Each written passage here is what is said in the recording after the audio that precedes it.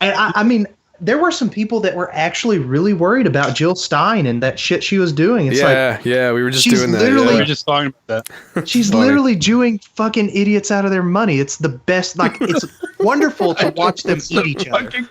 It's so great. So good. It's so awesome. I love. I actually thought for a minute that Jill Stein was like an honest person with integrity that believed in her cause. Like, I was, color me stupid. I was never going to donate to the Hillary recount effort. But there was a moment, like, during the election, I was like, Jill Stein, maybe we disagree, but she's principled. Yeah. Turns out, boy, was I wrong.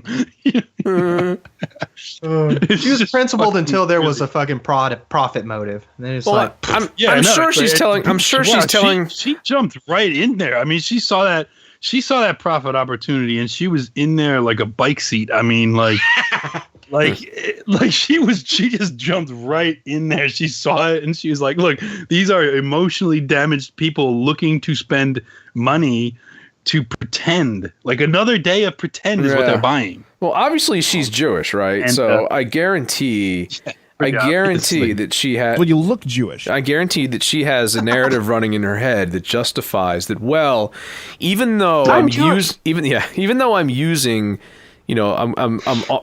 I'm raising these funds under false pretenses. I have no intention of actually affecting the outcome of this election. I'm using people's emotional distress. I'm actually going to use the funds that we raise to further my cause in the future. Just not in the actual recount, but they don't need to know that now.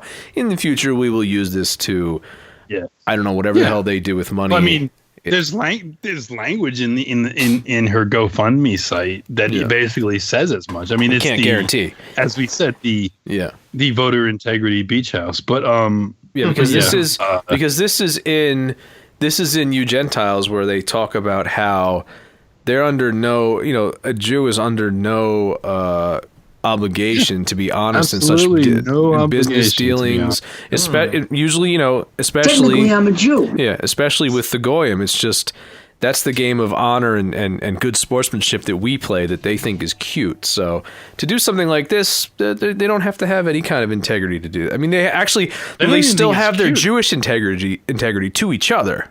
I'm just saying that could be part of it, because let's face it, you can't help who you are genetically. So I'm sure that's in there. I always thought something was fishy when it's like, this is a Jew with a terminal degree, and she's saying the dumbest shit I've ever read in my life. And there had to have been a point. I was like, is she actually just that fucking stupid and wrapped around her own bullshit? And then it's like, nope, there we go. Anti-Semitic comments. Confirmation bias. First off, you're Jewish, okay? Yep. Oven Dodgers? First off, you're Jewish. Okay? You're going to lose your Jew powers.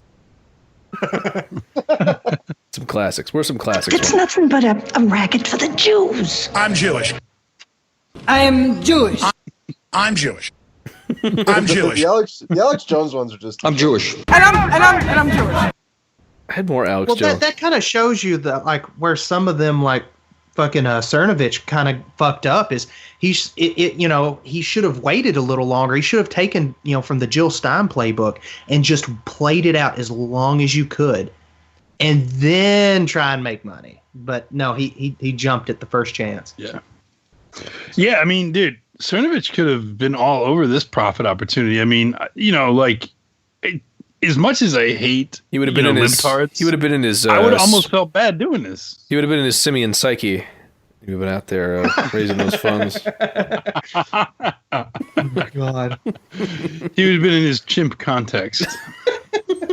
His ape attitude, his mandrill mentality. I don't know. Keep going with these. His lemur lifestyle. But I mean, that's kind of their thing. Is like, if you're a Jew, and you're playing with the goyim, and you're basically being the most out. You're basically wearing the goy mask, and you're being the most goyish person you can think. You're supposed to wait until it's at the very crest of emotional distress and butthurt. That's when the crop is ripe. That's the harvest. Is that actually in the Maurice? What is it? Maurice Samuel, or what is his name? Maurice. Yeah, Maurice Samuel. I think that's what it was. Yeah. Is that actually in his book? Does he say this? I mean, that's like extremely In so many words. I mean, good or evil advice, depending on your point of view. But no, I think that was that other book that we read, wasn't it? Bulbasaur, was that the Judaism Strange Gods? Oh God! Or you read something that I didn't read. Also, I remember how triggered you were by that one. Yeah, there were two books you read at that time.